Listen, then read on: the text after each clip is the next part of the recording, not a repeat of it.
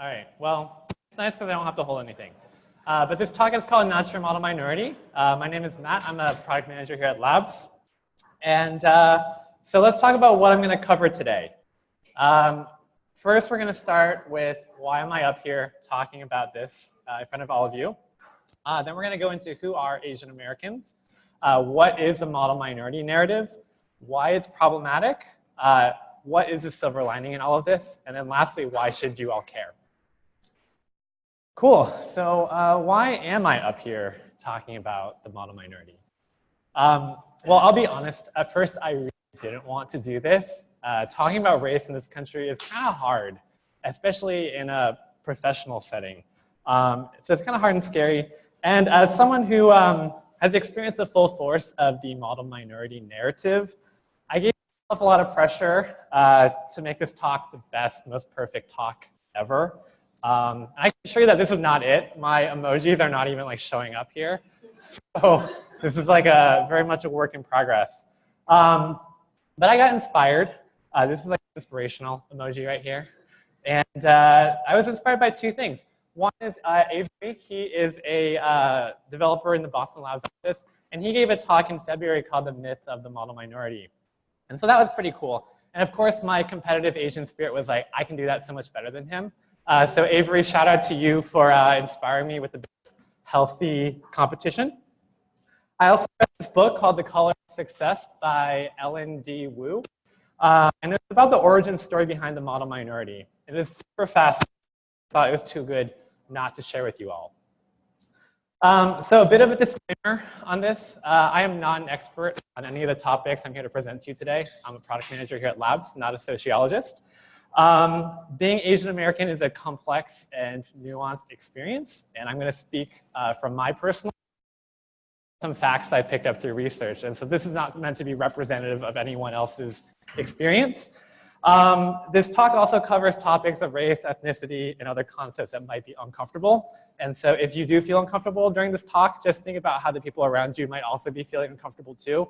And it's all okay because we're in this together.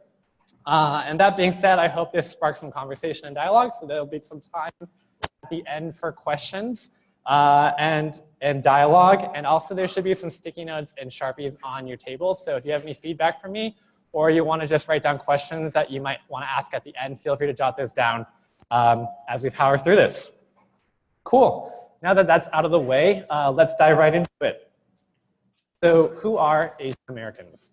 So I think it's important to start with this topic because there's a lot of misconceptions about who Asian Americans actually are. So a lot of people think Asian Americans are people who look like me, but it's actually a very diverse group of people who come from many different backgrounds, speak different languages, and have very different cultures. Asian Americans include over 18 million people with backgrounds from East Asia, South Asia, as well as Southeast Asia. And right now in the US, the predominant Asian American groups are the Chinese, Filipinos, and Indians. So right now we make up about 5.6% of the US population, 18.2 million people. And what you'll notice from this map is we're heavily concentrated on the coast as well as in urban areas. California actually has the largest percentage population that's Asian American, 14.9%. I actually grew up in California. And New York has the largest Asian American population of any city in the country. Let's talk about what the model minority narrative is. And so here's a little description I wrote. It's a narrative that emerged in the 1960s to explain how Asian Americans had successfully overcome racism and discrimination through their cultural values and an unrelenting determination to succeed. So back in the 60s, the predominant Asian groups in this country were the Chinese Americans and Japanese Americans.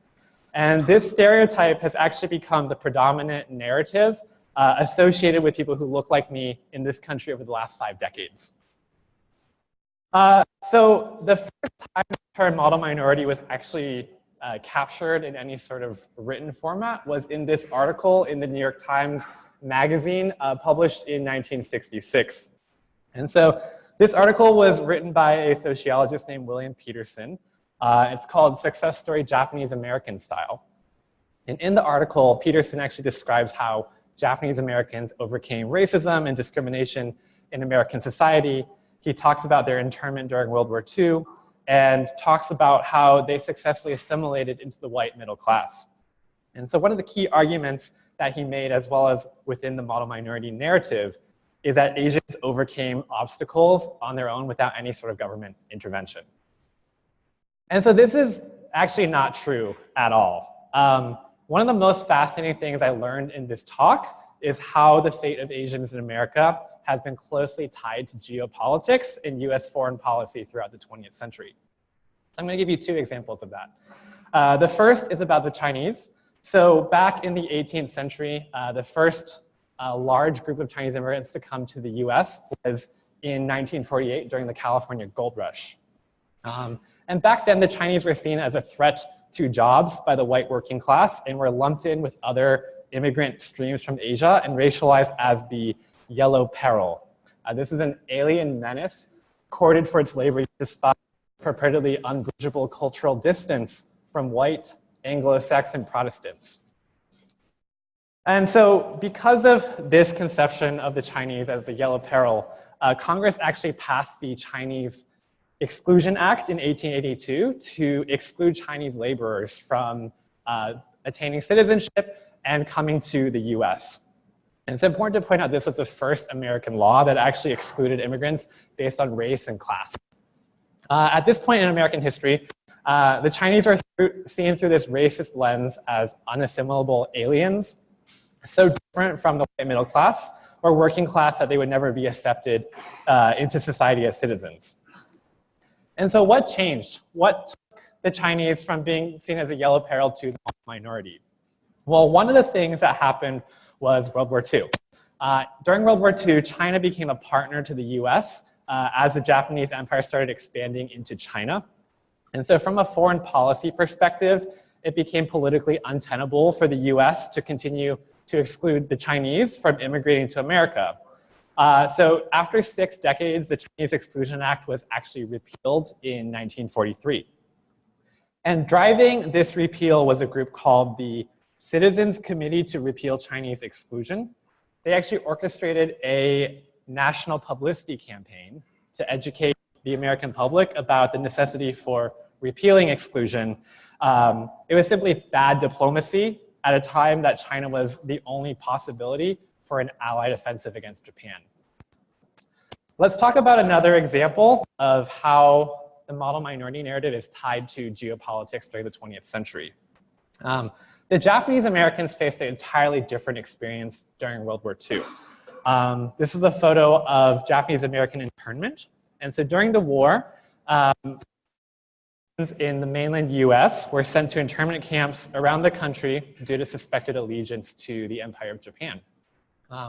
Altogether, over 120,000 Japanese Americans, 2/3 of whom were US citizens and half of whom were children under the age of 18, were sent to live in camps around the country starting in 1943. After World War II was over, Japanese internment was abolished. And so one of the driving forces behind this was, again, geopolitical. The US wanted to position itself as a leader of the free world following World War II. And it also sought to rebuild Japan as a democracy. Because of this, it could no longer keep Japanese Americans locked up, nor treat them as second-class citizens. So once internment was abolished, the government worked to resettle Japanese Americans away from the West Coast and in different middle-class neighborhoods around the country. And so it's thus a myth that Asian Americans overcame obstacles based on their own sheer determination. As you can see, Japanese and Chinese American fortunes were tied inextricably to America's identity politics during World War II and then also later on in the Cold War. Another really interesting learning from my research is that contrary to perhaps less popular opinion, Asian Americans themselves also propagated this notion of being the model minority. And so this is an example taken from the book I was talking about, The Color of Success. In the 1950s, juvenile delinquency was a huge issue in the US. Chinatown leaders, these were the merchant elite of the Chinatowns around the country, actually sought to position towns as locations completely free of youth delinquency. And they pushed this narrative that Chinese youth spent all their time studying or in school. And so therefore they couldn't have any time to actually go out and steal things or commit other acts of delinquency. And so this was the non-delinquency conversation. And through this narrative, the Chinese Americans actually pushed forward this idea that they were living as model families and communities to be emulated by the rest of the country.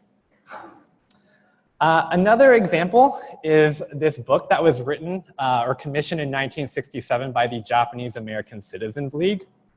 So they wanted to write a book to tell the history of Japanese Americans in the United States. And so they actually hired a Japanese American journalist, Bill Hosokawa, to create this book. It's called The Quiet Americans. And in this book, he tells the story of how the Japanese were able to pull themselves up by their bootstraps without being political or causing any type of social unrest. This book ended up becoming a huge bestseller in the country. And despite some vocal dissent amongst other members of the Japanese American community who felt that the book glossed over their real struggles that they continued to face in the US, the rendition of history that was presented in this book continued to dominate the narrative representation of Japanese Americans for decades to come. So fast forwarding a little bit into the 1960s, another reason the model minority has only grown more predominant as a stereotype of Asian Americans is due to government policy. In 1965, President Johnson passed the Immigration Act of 1965, and this replaced a racist national quota-based immigration system with one that included preferences for immigrants who were white-collar, business people, scientists, and other professionals. And so this act actually created something known as the Asian brain drain and US brain gain that led to a socioeconomic shift in the US of Asian American communities away from their historical roots in agriculture and labor and into more white-collar and professional jobs. And so today's perception that Asians are highly educated and affluent can be traced directly to this law. It really excluded certain types of immigrants from coming into this country and increased the number coming in who are already educated or affluent in some way. So more recently, the model minority narrative has continued to evolve, and it has taken hold significantly in the realm of education. So people who are champions of the model minority narrative like to point to the fact that Asian Americans have the highest rate of educational attainment amongst any racial group in America today, as well as the highest median household income. And so these factors are commonly attributed to innate Asian cultural values, but it's important to remember that the Immigration Act of 1965 also contributed to these numbers that we see here. Cool, so we talked a bit about who Asian Americans are, what is the model minority narrative, and now we're gonna go into a section where I talk about some of the problems with this narrative. So I only picked a couple, so let's talk through those. So the first one, and this one I think is the most impactful, is that the model minority narrative throws other minorities, especially African Americans and Hispanic Americans, under the bus. And what I mean by that is this narrative reinforces negative perceptions and stereotypes of other races in America. The model minority concept was actually championed by whites during the mid-century who sought to cast the civil rights movement in a negative light. And so a major role that the model minority has played in American discourse was to imply both explicitly and implicitly this sentiment of, hey, look at these Asians, if they can overcome internment and exclusion to become model minorities by adapting to the system rather than trying to overthrow the system, why can't you do the same? And so within the Asian American communities themselves, there were different views about this narrative. Here is a quote from The Color of Success. And this is actually, in September 1957, the Chicago Daily News printed a letter from a reader urging African Americans to study the example of Japanese in the US to learn how spiritual and moral values alone can lift people upwards. It was through hard work, honesty, and clean living by loyalty to the US and not pressure groups that they reached the top as first-class citizens. So there's a lot of falsehoods here. Pressure groups, there were groups both within Japanese American communities as well as Chinese American that were advancing the rights of those particular groups. And what is this? Here's another quote. So this is about how the model minority narrative has continued to impact other minorities in the country. And so this is actually about what happened in the 80s. Rather than understanding worsening conditions in inner cities as a product of deindustrialization and other conditions of the global economy, conservatives actually trotted out indicators of Asian American success to justify reducing or eliminating welfare benefits and public services, cuts that impacted impoverished Black and brown people most severely. So the narrative has really evolved over time to all the different things happening in society, and people have continued to trot it out as a justification to cut down on government programs to help other minorities. Another problem with the model minority narrative is that it hides real problems in Asian American communities. There's a wide variance in rates of educational attainment by different groups of Asian Americans.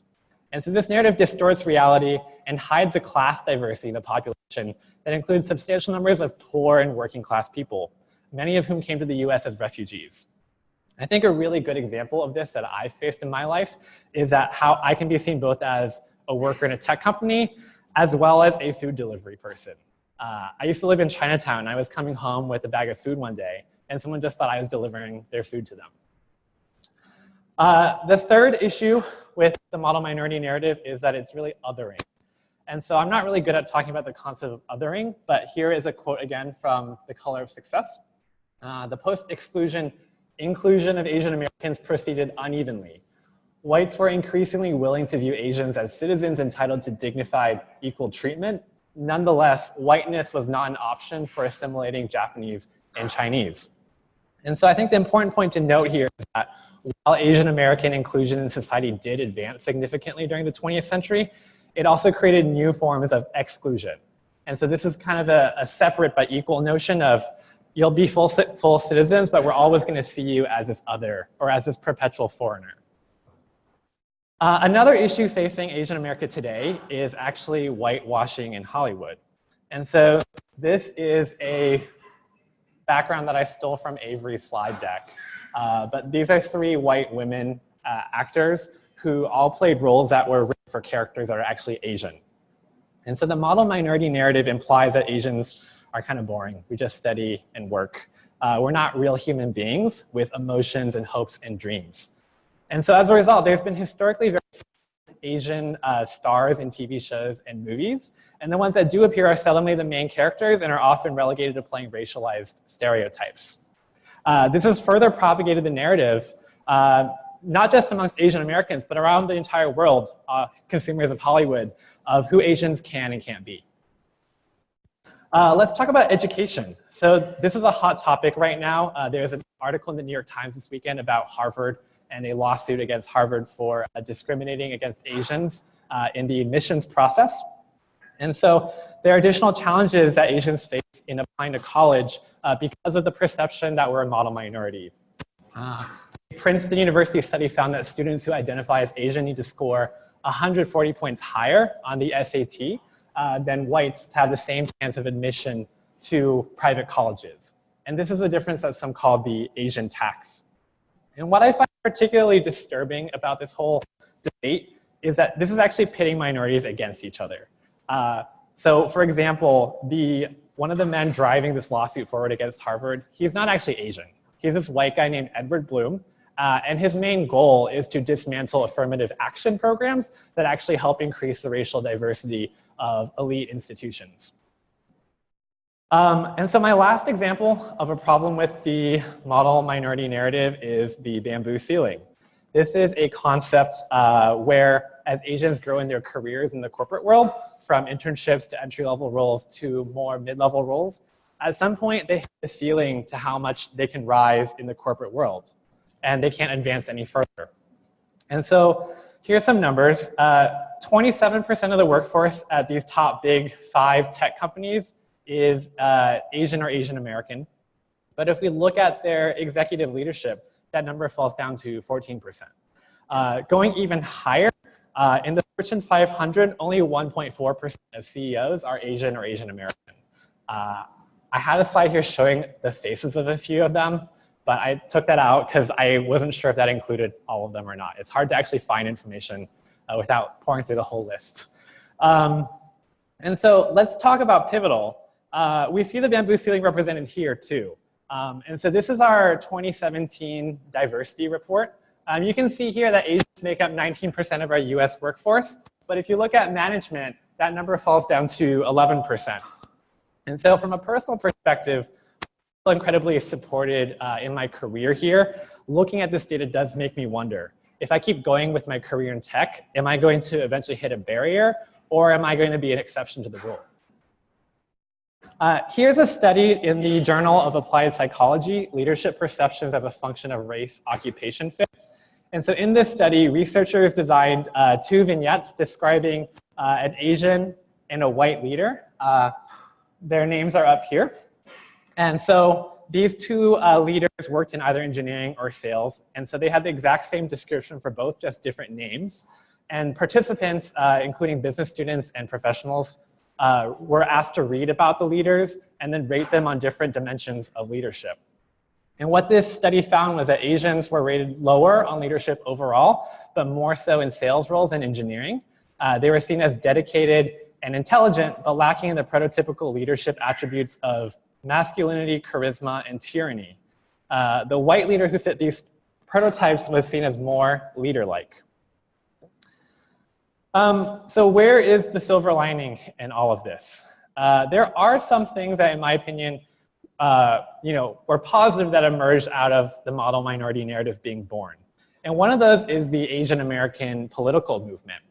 So this refers to the Pan-Asian movement in the US, in which Americans of Asian descent came together to fight against their shared oppression and organize for recognition and advancement in the 60s through the early 1980s. And one scholar described this movement as rooted in a past history of oppression and a present struggle for liberation. There's also way more diverse representation of Asians today than there ever have been. There are Asians in food. I think this is super awesome because so many Asian kids were made fun of for the food they ate growing up. And now to see so many Asians succeed in the food industry is really inspiring. We also have Asians in entertainment, Asians in fashion, Asians in politics. And this is cool to note because there's both liberal and conservative Asians in politics, adding more dimension and nuance to what it means to be Asian American today. There's also Asians in sports. I thought this was a really cool graphic. 14 out of the 244 US athletes at the most recent Winter Olympics were Asian Americans. And there's this Asian succeeding and doing well in so many other fields. This actually inspired my friend and I to make a project called the Asian American 88, which you can check out here. And this project was our way of, I guess, honoring and recognizing the Asian Americans who've inspired us by their contributions in various fields. Cool, so let's recap what we've talked about so far. I talked about the model minority and how that narrative grew due to geopolitics and government policy, as well as a push by Asian American leaders to advance that narrative to increase social rights for Asian Americans. We talked about just a few of the problems that this narrative presents, including how it pits minorities against each other. It hides problems within the diversity of the Asian American community. It causes Asians to be seen as others and have a lack of media representation. It also creates challenges during the college admissions process. And once we leave college and go into the corporate world, there's a bamboo ceiling. We also talked about the silver linings around this whole concept, including the birth of Asian American activism, as well as emerging new representations of Asian Americans in the world. So why should you care about all of this? Well, there's a few reasons. So the first is that the model minority impacts all of us. We live in New York. We're working in a tech company. Chances are, if you're not Asian, you have a coworker or a partner or a friend who is. It impacts the people you go to work with, the people you order food from, the kids that your kids play with at school, and the people you love. And whether or not you buy into this narrative, the reality is that this narrative is so powerful and systemic that even when you don't talk about it, you can feel it impacting your life. And one way that Asian Americans have described this feeling to me is it can be really hard to realize how oppressing and limiting this stereotype is, because on the outside it sounds so great. Second reason you should care is that forces of progress and inclusion bring about new forms of exclusion. And the model minority narrative is a really good example of this. If you care about diversity and inclusion in this country and in our industry, it's important to remember this fact, because as we advance things forward, it's going to sometimes feel like 2 steps forward, 1 step back. And so the fight for social justice and doing the right thing is really never over. And then lastly, making the world better, a better place, starts with understanding the world better as it currently is. It really shocks me how few people know about the origin stories of the model minority, including Asian Americans. And so if we don't unpack history to understand how we got to where we are today, we run the risk of letting history simply repeat itself. And so today, I think it's important to mention that Asian American social standing continues to remain bound to global forces beyond any of our control. But this time, instead of geopolitics being one of the dominating factors, now it's the rise of Asian economic competition. And there's an example of this from 1982, when a Chinese American named Vincent Chen was actually murdered by 2 white auto workers in Detroit who blamed him for the fact that they were out of work. Okay, cool, let's wrap this up. So one of the reasons I'm doing this talk, which I haven't yet mentioned, is that to me it's really important to help dismantle the model minority narrative. And I'm determined to use my voice to show that Asians don't have to just be hardworking and successful. We can also have fun, feel sad, get involved in politics, go travel, do all these things that normal human beings like to do. And I was in Tokyo with my family over the winter on vacation. And I was in a conversation with my dad. I was telling him about work I'm doing on diversity and inclusion here at Pivotal. And he had a really interesting reaction to that. He told me to stop doing that. And when I asked him why, he said that he doesn't think things change and that talking about identity is only going to make things worse. And so that was a really powerful moment for me, because in that moment I realized that he had lived the full model minority experience. He really believed throughout his life that working hard and putting your head down was a way towards success. And that moment made me more determined than before to actually be active and speak out about this, because I realized that, you know what, I'm not your model minority. So thank you very much.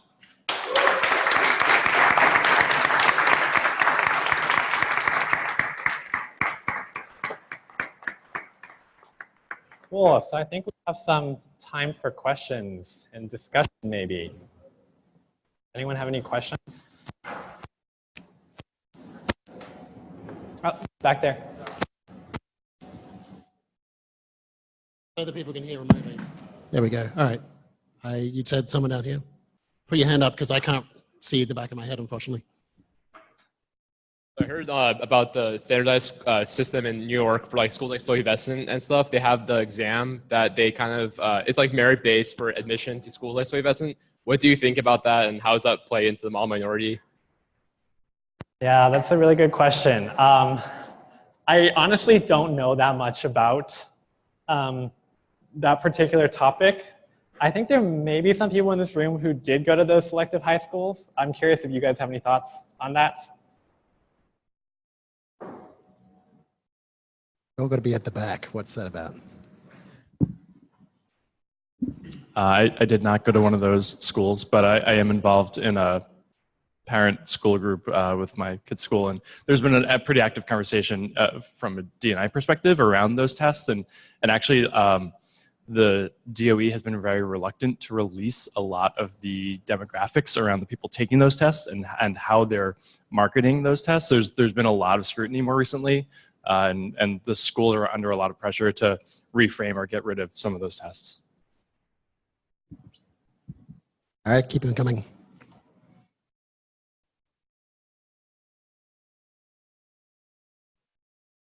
Hey, Matt.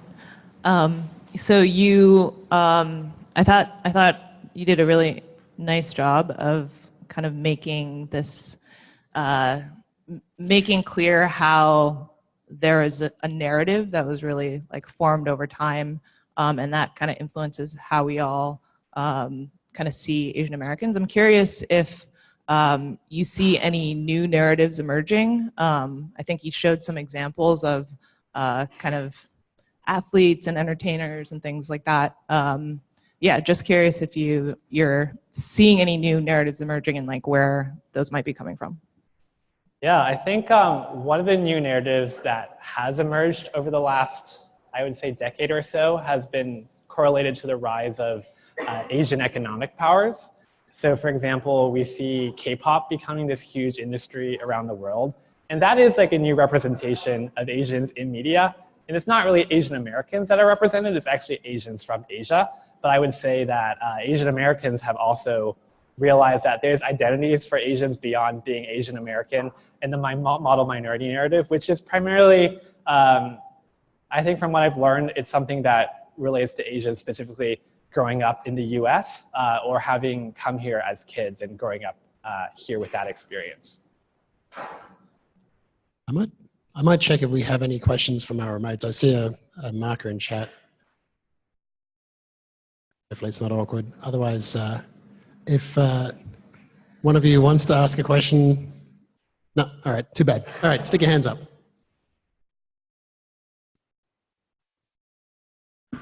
I thought that was great. Thank you. And I was curious, in some of the research that you did, is there anything that you feel like is really going to stick with you that you learned that yeah, was particularly interesting? Ooh, it's a really good question. So if I understand correctly, is there anything from my research that I learned that's going to really stick with me? Yeah. Like it looked like you put a lot of time. Sorry. It looked like you put a lot of time into like going through things and doing the like sociological journey in addition to bringing your own experience to it. And I'm just wondering if there's anything that was new to you or yeah. Yeah, I think what was really new to me was that in the past when I've heard about the model minority narrative, it was presented as the model minority myth. And Asian American studies programs, like in some of those programs, they portray this as a myth that was labeled upon Asian Americans by white Americans. And so the research actually made me realize that it's a lot more complex and nuanced than that. There are these geopolitical factors driving this narrative.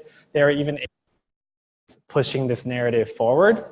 And so ultimately, I think my point of view has evolved to this narrative by itself is not necessarily harmful if you just look at the fact that it says Asian Americans are hardworking and determined to succeed. Like those are great things. But the problem is when that's the only narrative representing the Asian American experience, and we don't see all the other dimensions of Asians as human beings. All right, I'm going to throw again to remote. I see everybody's unmuted, so if you could all talk at the same time. That's a terrible joke.